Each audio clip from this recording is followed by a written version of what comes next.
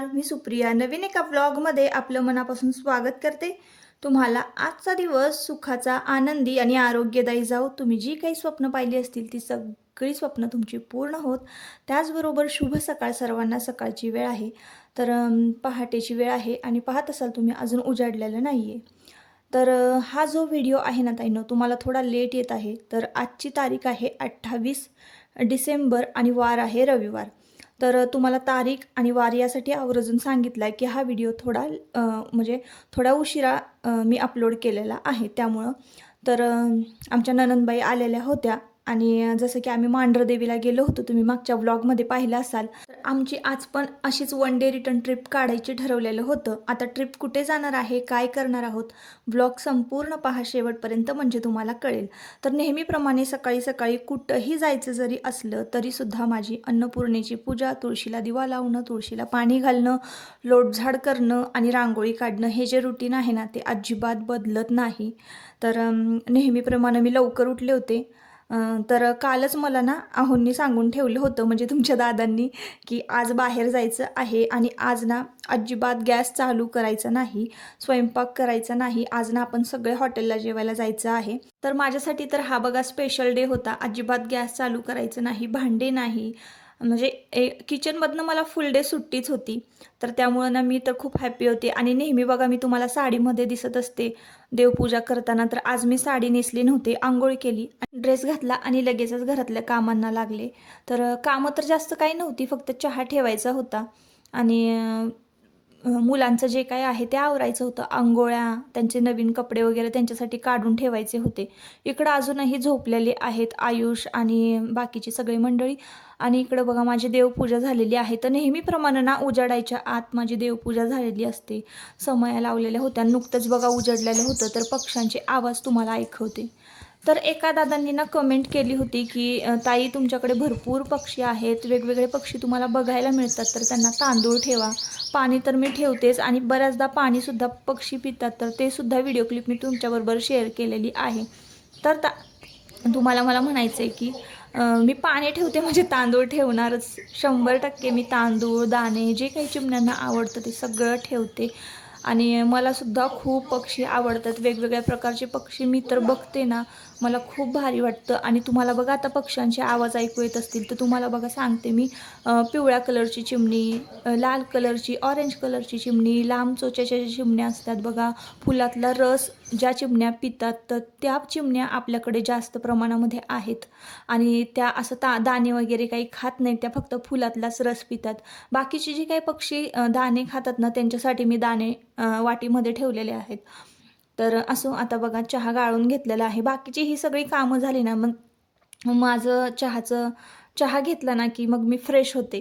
तर एकदम म्हणजे चहा घेतला की मला जरा बरं वाटतं. तर आता मी चहा घेते आणि व्लॉग कंटिन्यू करा. तर तुम्हाला आजचं प्लॅनिंग सांगते मी. तर आज ना आपण जाणार आहोत लिम इथे. तर साताराच्या जवळ बघा लिम गाव आहे आणि लिम गावामध्ये ना 12 मोटाची विहीर आहे. तर शिवकालीन 12 मोटाची विहीर जी आहे ना ती बघण्यासाठी आपण जाणार आहोत. तर तिथं गेल्यानंतर संपूर्ण विहिरीची माहिती मी तर तुम्हाला देणारच आहे. पण त्याआधी बघा उजेडत आलं ना की मी काय करते, घरातल्या सगळ्या लाईट्स ज्या आहेत ना त्या ऑफ करते. तर लाईट बंद केल्यानंतर बघा देव्हाऱ्यात किती छान म्हणजे असं उठून दिसायला लागला होता देव्हारा दिव्याच्या प्रकाशामध्ये. तर दिव्याचा जो प्रकाश आहे ना तो देवांवर असा पडला ना की देव असे चकाकतात, चमकतात आणि भारी वाटतं. तर ते एक सकाळी सकाळी मला भारी वाटतं. आज पक्षी भरपूर होते, तुम्ही पाहिलं असाल, तारेवर सुद्धा बसलेले होते आणि उडत सुद्धा होते आभाळामध्ये. तर इकडे पप्पांचं बघा, आता आमचं सगळं खाऊन म्हणजे चहा बिस्किट कोणी खाल्लं, कोण म्हणजे ज्याला जे वाटेल त्यांनी ते खाल्लं आणि मग लगेचच आता आमचं आटोपलेलं आहे आणि आम्ही निघालेलो आहोत. तर ही जी वेळ आहे ना, तर बघा ताईंनो 11:30-11च्या दरम्यानची ही वेळ आहे आणि आता आम्ही निघालेलो आहोत 12 मोटाची विहीर पाहण्यासाठी. विहीर बघून झाल्यानंतर आम्हाला ना एका हॉटेलमध्ये जायचं आहे. तर डिसेंबर महिना आहे आणि शेवटचे दिवस आहेत. तर 31 डिसेंबर आम्हाला ना साजरी करायचं आहे 2 दिवस आधीच. तर आमच्या ताई पण आलेल्या होत्या, सायली दिदी होती, म्हणजे सगळे कुटुंब जे आहे ना ते एकत्र होतं. आणि तुमचे दादा पण येत होते, कारण कधी कधी तुमच्या दादांना जर काम असेल ना एखादं काम जर लागलेलं असेल तर ते आमच्याबरोबर नसतात, तुम्हाला माहिती आहे. आणि कधीतरीच असा योग येतो सगळे एकत्र असतात. त्यामुळं ना आजच 31 डिसेंबर साजरी करायचं आम्ही ठरवलेलं होतं.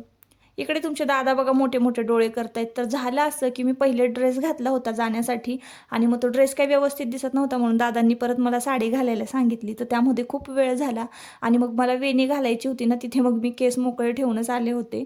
तर त्यामुळं मी जरा चिडले होते. तर असो, आता इकडं बघा आपण पोहोचलेलो आहोत लिम गावामध्ये.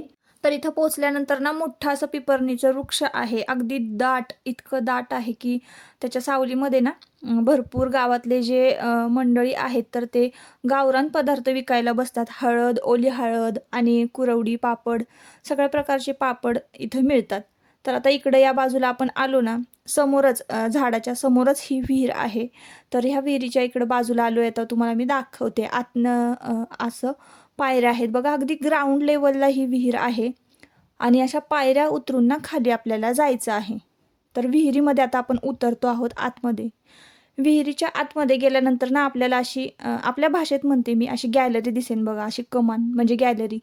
आणि विहिरीच्या मधोमध असा ना एक महाल आहे. तर तुम्हाला मी संपूर्ण विहिरीची माहिती तर देणारच आहे, स्थापना कशी झाली, काय केलं सगळं. पण त्याआधी आपली तोंडी माहिती तुम्हाला सांगते. तर इथं ना मी आता हळूहळू एक एक पायरी उतरायला सुरुवात केलेली आहे आणि पोचलेली आहे खाली. तर तुम्हाला इथं दाखवते मी बघा, आजूबाजूला पाणी आहे आणि पुढं ना म्हणजे मेन विहीर आहे. म्हणजे पुढं 110 फूट खोल ही विहीर आहे आणि त्या विहिरीच्या बरोबर वर ना एक असा महाल आहे. तर त्या महालामध्ये जाण्यासाठी बघा इकडनं पाण्याच्या आतून रस्ता आहे.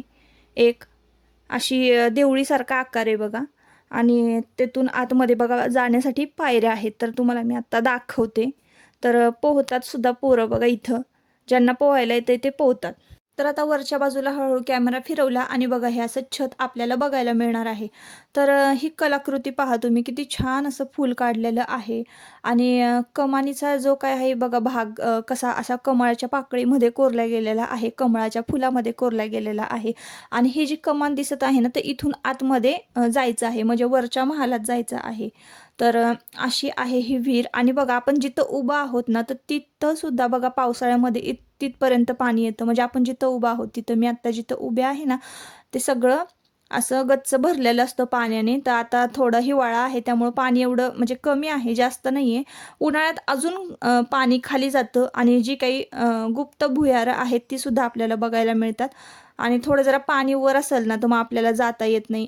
कारण आता बघा इकडनं एक माणूस डोकवतोय ना, ते तिथून आपल्याला वर त्या महालामध्ये जाण्यासाठी रस्ता आहे. आणि वरच्या बाजूनं आपण वरच्या बाजूनं सुद्धा जाऊ शकतो. वरच्या बाजूला सुद्धा अजून एक रस्ता आहे महालामध्ये जाण्यासाठी.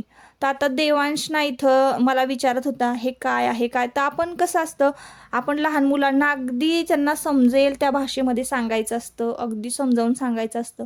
तर हे बांधकाम कुणी केलं, महाराज कोण होते, त्यानंतर हे नक्षीकाम कसं आहे दगडावर केलेलं, तर हे सगळं मी ना अगदी नीट समजावून सांगत होते देवांशला. पण कसं असतं ना, मुलांना लक्षात राहत नाही ह्या सगळ्या गोष्टी. जेव्हा ते कळती होतात ना तेव्हा खरं तर अशा वास्तूंमध्ये महाराजांनी जे काही गड किल्ले जे आहेत महाराजांचे ते त्यांना फिरवायचे असतात. आपल्या महाराजांचे शौर्य त्यांना सांगायचं असतं, जेणेकरून त्यांना सुद्धा कळावं की आपले महाराज कसे होते.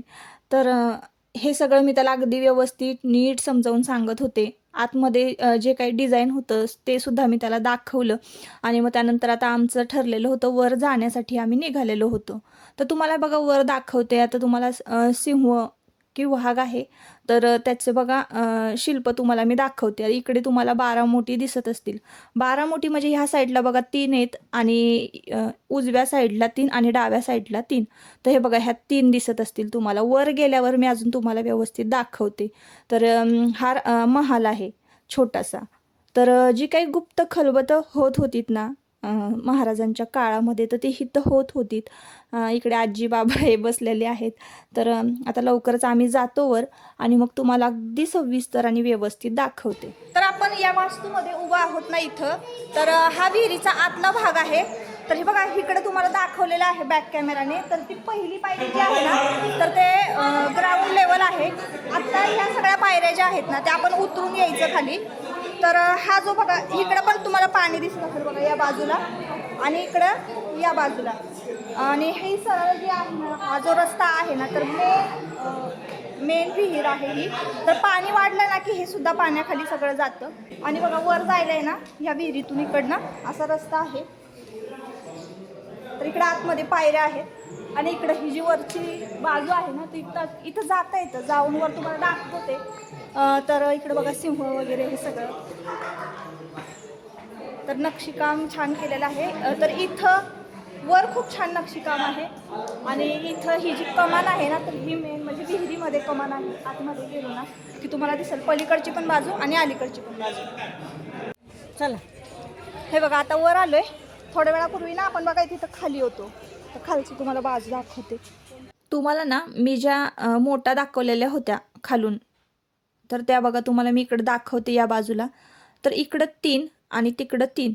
परत पलीकडं म्हणजे जो महाल आहे ना त्याच्या पलीकडं डाव्या बाजूला 3 आणि उजव्या बाजूला 3 अशा मोठा आहेत. तर या मोठा आहेत ना, तर विहिरीच्या आजूबाजूला ना आमराई होती आणि आमराई भिजवण्यासाठी ह्या विहिरीचं बांधकाम केलं गेलं होतं. तसंच तिथं म्हणजे त्या गावामध्ये जे काही रहिवासी राहतात तर त्या सोयीसाठी ह्या विहिरीचं बांधकाम केलं गेलं होतं. तर आत्ता आपण निघालेलो आहोत महालामध्ये. म्हणजे विहिरीच्या मधोमध जो काही महाल आहे, महाल बांधलेला आहे, तर गुप्त खलबतं या महालामध्ये होत असायची असं आम्हाला एका गाईडनी सांगितलेलं होतं. आणि जेव्हा उन्हाळ्याचे दिवस असतील ना तर आजूबाजूने चिकाची पडदे सोडले जायचे, हे सुद्धा मला एका गाईडनी सांगितलेलं होतं. तर ताईंनो इकडनं तिकडनं मी थोडीफार माहिती अजून गोळा केलेली आहे जेणेकरून तुम्हाला अगदी व्यवस्थित सगळ्या गोष्टी कळाव्यात. तर तीच माहिती मी तुमच्याबरोबर आत्ता शेअर करते, तुम्हाला वाचून दाखवते. अशा ह्या सुंदर बारामोटीच्या विहिरीचा इतिहास पाहता सुमारे इसवी सन 1719 ते 1724 ह्या दरम्यान श्रीमंत वीरूबाई भोसले यांनी ह्या विहिरीचे बांधकाम केले. छत्रपती शिवाजी महाराज यांचे नातू म्हणजेच संभाजी महाराज यांचे पुत्र शाहू महाराज यांच्या कारकिर्दीमध्ये हे बांधकाम करण्यात आले. लिम गावाच्या आसपास सुमारे 300 झाडांची आमराई होती.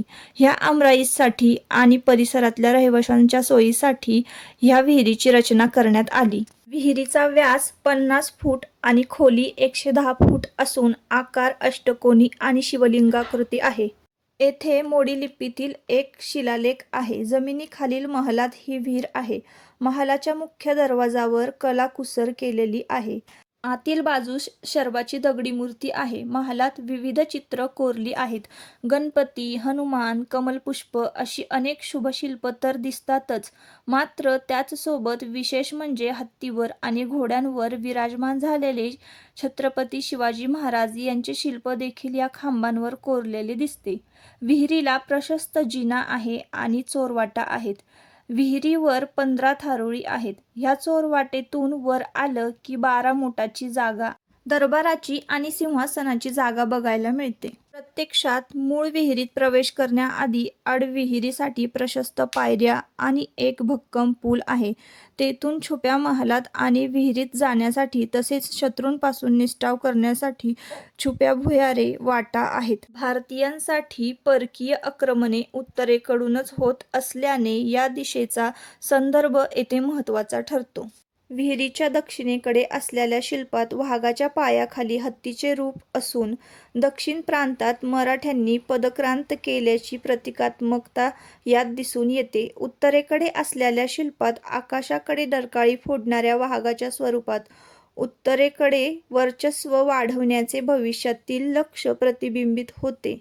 याची तर प्रचिती अटकेपार झेंडे रोवून मराठ्यांनी जगाला दिलीच. वाघाचा चेहरा आणि सिंहाचे शरीर याचे शिल्प शौर्य आणि समृद्धीचे प्रतीक मानले जाते. अशीच महालातील प्रत्येक शिल्प आणि दगडी खांबांवर कोरलेली कामाची योजना गूढ आणि प्रतिकात्मक आहे. ही विहीर सुंदर स्थापत्यशास्त्राचे उत्तम उदाहरण आहे. तर अशी जी काही थोडी माहिती मला मिळालेली आहे तर ती सगळी मी तुमच्याबरोबर शेअर केलेली आहे. आणि आता विहिरीच्या वर आलेले आहे. तर पलीकडच्या बाजूला मी आलेली आहे. तर तुम्हाला इकडं 3 मोठा दिसत असतील आणि पलीकडं 3 मोठा दिसत असतील. तर ह्या सगळ्या मिळून 12 मोठ आहेत आणि म्हणूनच या विहिरीला 12 मोटाची विहीर अशी म्हटलं जातं. आणि मधोमध बघा ही कमान आहे.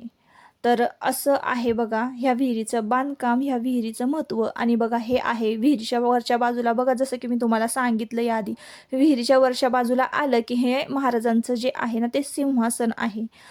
तर अशी आहे विहिरीच्या वरची बाजू. तर इथे लिहिलेलं आहे बघा मोडी लिपीतील शिल्पलेख. तर काय लिहिलेलं आहे आता आपल्याला काही वाचता येत नाही मोडी लिपी, पण म्हटलं चला तुमच्याबरोबर शेअर करूया. तर आता संपूर्ण विहीर एक अगदी बारकाव्याने बघून झालेली आहे आणि आता आपल्याला निघायचं आहे. जेवायला खूप भूक लागलेली आहे. 2-2.5 तास आम्ही ही विहीर फिरतच होतो आणि मग फायनली आता मला तसं वाटतंय की 2:30 तरी वाजले असतील. 2:30 पावणे 3 वाजलेले आहेत आणि आता आम्ही निघालेलो आहोत सातारा येथे. म्हणजे इथून पुढं थोडंसं पुढं जायचं आणि मग तिथे जलसागर म्हणून एक हॉटेल आहे. त्या हॉटेलवर आम्हाला फिश खायला जायचं होतं. म्हणजे आज ना 31 डिसेंबरची पार्टी होती, त्यामुळे सगळं नॉनव्हेजच बेत होता. तर आता आपण बारामोटाची विहीर जी आहे ना ती पाहून इकडे आलेलो आहोत सातारला. तर मी बऱ्याचदा ना बघा ह्या हॉटेलचं नाव ऐकलेलं आहे की खूप छान जेवायला मिळतं इथं. तर हे जलसागर म्हणून आहे आणि इकडे पाण्याचं साठ आहे बघा, म्हणजे धरणाचं पाणी आहे इकडं. तर आता बघूयात चला काय काय खायला मिळतं आपल्याला. तर माशांची भजी विजी मिळतात वाटतं, तर चला बघूया. हॉटेलच्या पुढच्या बाजूलाच वीर धरण आहे. त्या वीर धरणाचा फुगवटा इकडे आलेला आहे आणि हॉटेलच्या साईडला हे असं म्हणजे तळं आहे छोटंसं. तर आता हॉटेलमध्ये आतमध्ये गेल्यानंतर की नाही आपण जिथे जेवायला बसतो ना त्याच्या बाजूलाच बरोबर बांधकाम केलेलं आहे हॉटेलचं आणि तिथं बसून पाण्याच्या शेजारी मासे खायला खरंच खूप मज्जा येते. तर हे असं कोळणीचं जो काही पुतळा आहे तो उभा केलेला आहे आणि म्हणजे फक्त फिश स्पेशल असं हे हॉटेल आहे. ज्यांना फिश खायला आवडते ना त्यांनी नक्की इकडं फिश खायला यायचं. आणि पहिल्यांदा आम्ही स्टार्टर मागवला तर आता ह्या फिशचं नाव काय आठवत नाही मला, असं मुरे मासे म्हणतात वाटतं याला. तर मुरे मासे आम्हाला आधी तळून दिलेले होते सॉस बरोबर खाण्यासाठी. आणि पुढे बघा आता रिएक्शन देवाची.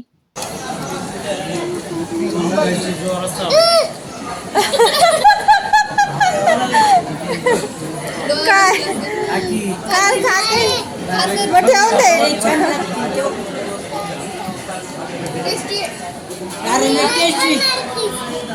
तिचं तोंड फुडालं ना.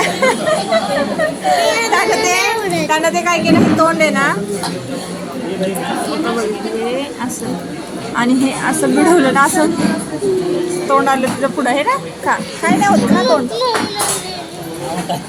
तर मुरे मासे ना एकदम असे बारीक बारीक असतात. हे तरी थोडे मीडियम साईजमध्ये आहे, एकदमच बारीक असतात आणि त्यांचे काटेसुद्धा एकदम बारीक एकदम केसासारखे असतात. जर तुम्ही फिश खात असाल तर तुम्हाला माहिती असेल आणि ते एकदम असे फ्राय करून अख्खे तसेच खायचे असतात.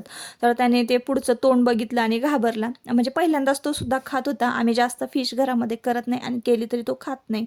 तर इथं असं बिन काट्याच्या म्हणजे सुरमईची भजी मिळतात. ती काटे काढलेले असतात, एकही काटा त्यामध्ये नसतो. तर अशी फिश मिळते. तर त्याची बघा असे गरम गरम भजी जे आहेत ना लहान मुलं खाऊ शकतात आणि ज्यांना काटा काढून फिश खाता येत नाही त्यांच्यासाठी तर स्पेशल डिश आहे ही. तर कधी कधी असं वाटतं ना की खरंच आपण फिश खाल्लं की स्किनसाठी आपल्या हेल्दी असतं, आपल्या शरीरासाठी सगळ्यासाठी हेल्दी आहे फिश खाणं. पण ज्यांना खाता येत ना त्यांच्यासाठी हा उत्तम उपाय आहे. स्टार्टरलाच आम्ही खूप सारं मागवलं होतं, पापड फिश वगैरे. आणि मग मेन कोर्स जो होता म्हणजे जेवण तर जातच नव्हतं, तरीसुद्धा मग एक एक रोटी आणि रस्सा फिश खाल्ली. तर असो ताईंनो, असं झालं आमचा 31 डिसेंबर साजरी. आणि विहिरीची मी जी काही माहिती तुम्हाला सांगितली जी की आमच्या भागामध्ये ही विहीर आहे सातारी भागामध्ये. तर तुम्ही पाहिली आहे का ही विहीर, नक्की कमेंट करून सांगा. आणि व्हिडिओ जर आवडला असेल तर नक्की आपल्या चॅनलला सबस्क्राईब करा. Bye bye.